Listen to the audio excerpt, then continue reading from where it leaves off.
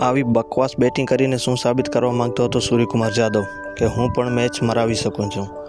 Will જેકને Suryakumar જાદવે એવી બકવાસ batting કરી છે કે આ મેચ આરસીબી નથી જીત્યું પણ એમઆઈને હરાવ્યો છે। વિલ જેકને સૂર્યકુમાર જાદવ 7.5 ઓવર રમીને 44-45 રન માંડ બનાવ્યા।